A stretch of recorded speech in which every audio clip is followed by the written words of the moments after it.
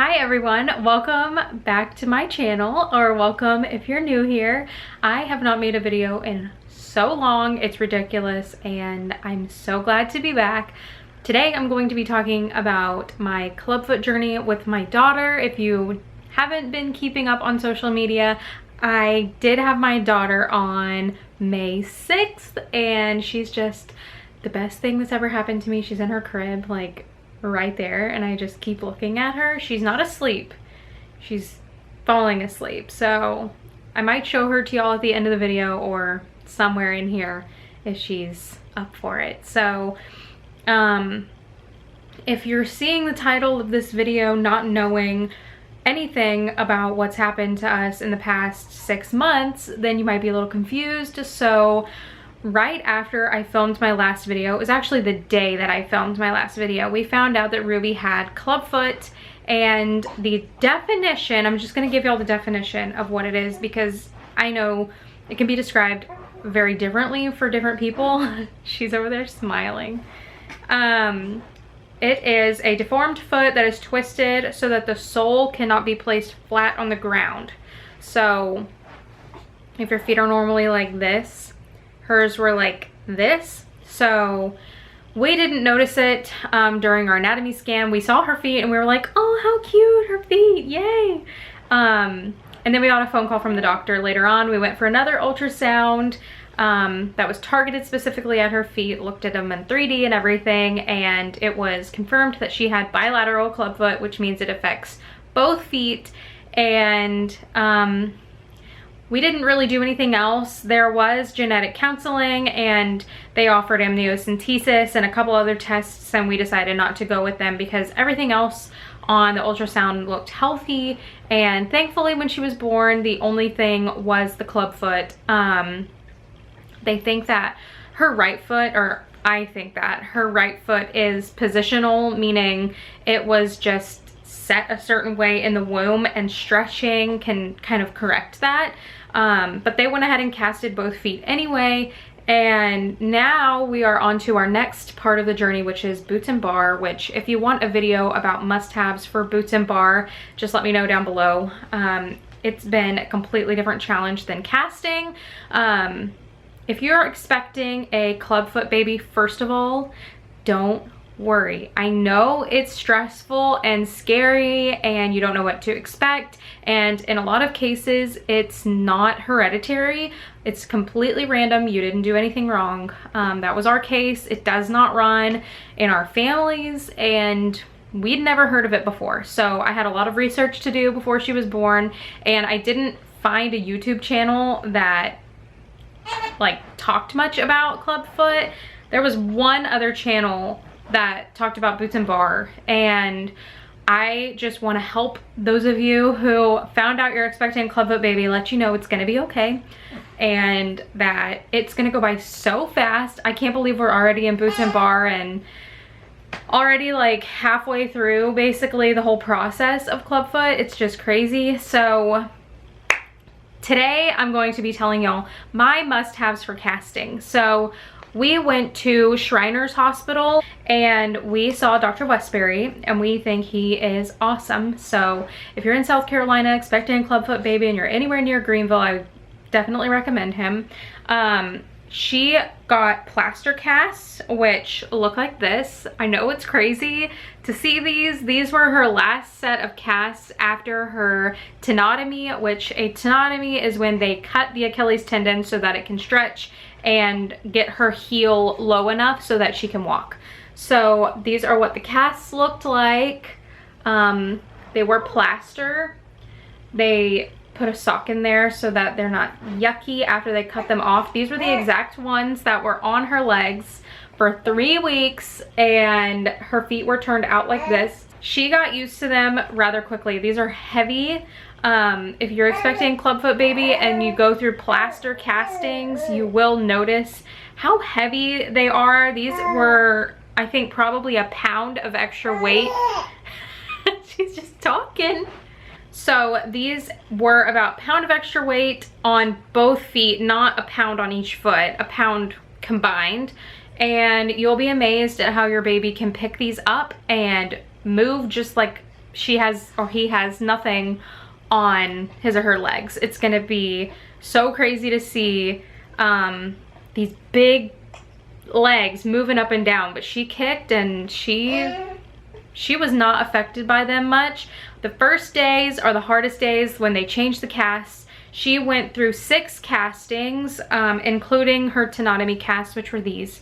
But she started at 2 weeks old and went every week until she was 2 months old, and she got them changed. You'll get to know your casting techs really well. Hopefully they're nice. And there was one lady that we had that was so sweet to Ruby, and at our Shriners Hospital, on the day that we would go, there were always therapy dogs, and we loved seeing the therapy dogs. They were there more for us than for Ruby, because obviously she doesn't understand doggies yet, but that was always fun. So there was always something to look forward to at our hospital too, so it shouldn't be this horrifying experience. If you're scared about that, all these pediatric departments I have found have been extremely sweet and loving toward the babies. If you don't follow me on Instagram, go follow me on Instagram. I have it linked below, and I have our whole Clubfoot journey so far. I share everything from what her feet looked like from when she was born until now,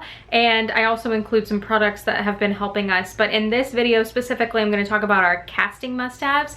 So on days when the cast would be changed, we really needed infant's Tylenol, which your doctor, probably not your pediatrician, but your orthopedist can give you the dosing recommendation. This really helped us on casting days, just get through the day. It's not recommended under 2 months, so that's why pediatricians don't really recommend it, but your orthopedist will kind of understand better why you need them. Another medicine type product is gas drops. These are just the infant's Mylicon gas drops. We would give her gas drops after every single feeding, because when those legs are so heavy, it's hard for babies to curl up and push those toots out. So we would really get some relief with these gas drops. Another thing that we used in the beginning, but not toward the end, because we found different products, we would use leg warmers a lot too, to cover the cast, especially on casting days. If you have plaster casts, like the ones that I showed a few minutes ago, they are wet for like 24 hours. So it's really helpful to have leg warmers to put over them while they're going through the drying process. We would seriously have plaster on everything. The next product, which I found really helpful on casting days, were like burp cloths or pee pads. Put them in the car seat so that plaster doesn't get all over the car seat when it's still wet if you don't have leg warmers on. Sometimes the hospital will give you the socks to put over them, and those were helpful too. If we would forget leg warmers, we used the hospital socks. So I always put a burp cloth, or you can even put like a pee pad down in the car seat so that plaster doesn't ruin your car seat. All right, the next thing is for during castings. This isn't like a completely necessary item, but we thought it was helpful. They do the cast all the way up to basically the diaper line. So wearing a onesie, they would always unsnap it and move it up. So having these little t-shirts was very helpful, because then they didn't need to worry about moving a onesie, and you could just bring one of these with you in your diaper bag, change her or him, and then change her or him out of it afterward and back into their clothes that they wore there. That way you're not having to, like, I mean, I guess you're changing an outfit either way, but along the lines of outfits, I found that putting her in anything that covered up the cast was good. I didn't like taking her in public with her cast being showcased. I know some people don't care about that, but I was really insecure. A year ago, if I would have seen a baby with casts on both of their legs, I automatically would have assumed that the parents did something to break the baby's legs. I know that that's very, like, bad way to think, but I had no idea what Clubfoot was. So that's the only thing I would have thought.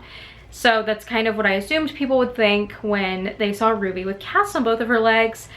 So these PJs really came and handy. These are bamboo, so they're extremely stretchy. No matter how thick the casts are, you see how skinny the legs look? Her casts would fit perfectly in these. Like, I know it doesn't look like it makes sense, but bamboo is so stretchy and good, and these are breathable. So even in the summer, these were a lifesaver. I would take her out in these, nobody would even know. They thought she was a fat baby, but that's because her legs are big because of casts, and I just didn't feel like explaining it to every single person that looked at her, which everybody looks at babies like they're just interested in babies. Like, everybody thinks babies are so cute. So putting something like this on that covers up their legs but not their feet was awesome, and I highly recommend these. This one specifically is from Posh Peanut, and it is one of my favorite brands. So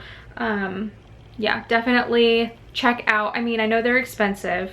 A lot of like Clubfoot specific things do get expensive, but if you're insecure like me about taking your baby out in public with casts on, then these will give you some peace of mind and help you be able to go out confidently with just your baby, not worrying about what people are thinking or what they're seeing or anything like that. So I even put socks with these. A lot of doctors will tell you to always watch their toes, so that's why I did get footless, because if their toes start to change colors or you can't see their toes anymore, that means there's something wrong with the casts. So we would always have her toes showing, but sometimes I would even put socks with these and it even more concealed them. So another thing that you can put over the cast, I recommend this. Even if you just put it at the top, especially with plaster, this is a lifesaver for blowouts. These are Coflex bandages. You can get these at most, like, I think medical stores, but I got these at Tractor Supply in the equestrian section for I think like $2 each. And one roll can cover both legs. So you don't need to get one roll per leg unless you want to make them super duper thick. And it just sticks to itself, so you don't need to get it wet or anything. You just can pull it, wrap it around, and it sticks to itself, and that way you can have cute casts if you don't want to cover them up, or it can help with blowouts. We would have some big blowouts with nasty casts until we discover this, and it also helps with bath time. You can take these off if they get wet. You cannot take plaster off if it gets wet. You can, but it will take forever, and then you have to go back to the doctor to get her recasted, or him. I'm just gonna say her a lot because I'm used to having her. So Coflex bandages, highly recommend for blowouts and bath time. This is the next product that I seriously could not live without as a Clubfoot parent. It is the MB Swaddle. It is seriously a lifesaver because you can put baby's legs out, and during casting it's really hard to swaddle your baby with casts in the way, especially if you're trying to use sleep sacks. We would actually cut the bottom of sleep sacks out so that her feet could poke through, but then because her feet weren't pushing it down, it would ride up her neck, which was scary. So we found the MB Swaddle on Amazon, and I actually have a discount code for y'all if you want to pick up one of these swaddles. Seriously, it's amazing. Ruby is wearing one right now in her crib. I'll show y'all here in a second, but it has the legs out option, which is so valuable, especially if your baby wants to be swaddled all the time like Ruby. This, seriously, I love the MB Swaddle. It is amazing. It's so helpful. This is the only swaddle that we use. They have a small option, which Ruby's wearing right now, and I'll show y'all. And they have a large option. This is what it does. This wraps around. This one has sleeves because it's a transition swaddle, so as she's getting bigger and learning how to roll, which she has not mastered in boots and bar at all, but as she's learning to roll, we can do the arms out option, and then it just wraps around her belly right there. But it has all these buttons, so it grows with the baby.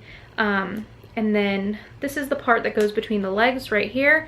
If you want to put the legs inside, there is a pocket for legs in. We just always use legs out because it's hard to get a baby with casts or with boots and bar into a swaddle. So there is a legs in option. We always use the legs out option, and then of course it just zippers. I know it looks kind of like a lot, but it's so easy. It's so easy. Let me show you Ruby. Okay, so here's Ruby in her crib. She's very asleep right now. She has her boots and bar on, but this is the MB swaddle. This is the small one. It doesn't have an arms out option. It only has an arms in option. So underneath this wrap is just the zipper and no arms. So we tuck this part between her legs. Oh my goodness. Anyways, we tuck that part between her legs, and then that way her legs can be out and free and still swaddled. So she loves to be swaddled, and this is the only way we know how to do it. So 10 out of 10 recommend this swaddle. The last product that I really recommend is the Parent's Guide to Clubfoot book. This book can be overwhelming. The first few pages, especially if you're pregnant, can scare you. Don't let the first few pages scare you. If you need to skip them, skip them. But once I started actually reading this, it was so helpful. So here's, I just flipped to one page, and it actually is a good page to turn to because it shows you what the baby's foot looks like inside. So this is what a clubfoot looks like. And then it gives you tips on what to do with your baby while they're being casted. It goes through diaper changes, physical therapy, different casting techniques, boots and bar phase. Like, it's seriously an amazing book. I wish I would have started reading it before I gave birth, because then I would have been even more prepared. I feel like I was prepared, but this book, seriously, if you're going through the Ponseti method, which is what I recommend and what most doctors recommend, if you're going through the Ponseti method, this book is seriously so helpful. Just get through that first chapter, even if you have to skip it, and then this seriously is a lifesaver. It's so good. It's so good, I promise. And it's pretty up to date. Like, I think this was written in 2012. Yeah, 2012. But it still holds true. Everything in it is still true today. So I loved this book. Once I finally got over myself, like halfway through the casting process, and looked through it, I couldn't believe how many things were, number one, accurate, and number two, helpful. So seriously, pick up this book. If you're pregnant, put it on your registry. It's really good. All right, so that's going to be it for today's video. Thank you so much for watching. Let me know your Clubfoot must-haves below. If you have any other recommendations, I would love to see them. Even though I'm out of the casting phase, there's somebody watching this that isn't and hasn't even gone through it yet. So share your must-haves below. Reach out to me on Instagram. Seriously, I'm on Instagram all the time. I would love to hear from you if you're expecting a clubfoot baby. I would love to ease your mind about this process. And it is a very common birth defect, but I think it doesn't get a lot of attention because it goes by so fast. And your baby's gonna be fine. And so I think a lot of people just do it because we don't have a choice. But I would love to be your support, and I would love to talk to you if you are expecting clubfoot baby, and just help you know that it's gonna be okay. It's gonna go by so fast, and your baby is gonna be totally fine.